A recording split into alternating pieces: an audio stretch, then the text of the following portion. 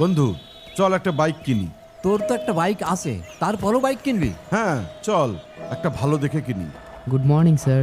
Good morning. Please দামি বাইকগুলো কোন দিকে? স্যার, বাইকগুলো এইদিকে। আসসালামু আলাইকুম স্যার। স্যার কোন বাইকটা দেখবেন স্যার? স্যার আপনার বাজেট বললে আমি আপনাদেরকে হেল্প করতে পারি স্যার। আরে সাত্তার তুই তুই ওনাকে চিনিস নাকি? স্যার আমি আপনাদেরকে ঠিক চিনতে পারলাম না। তুই আমাকে চিনতে পারছিস না? আমি তোর ছোটবেলার বন্ধু মিঠু। তা তুই এই শোরুমের সেলসম্যান, বাইক সেল করিস? ওরকম ব্যাপার না। ও দেখ, একটা বাইক সেল করে কমিশন কত পাস? 500 না 1000? যা পাই আলহামদুলিল্লাহ চলে যাই। তা তুই কোন বাইকটা দেখবি? তোর এত বড় সাহস, তুই সামান্য একটা সেলসম্যান হয়ে তুই আমাকে তুই করে কথা বলিস?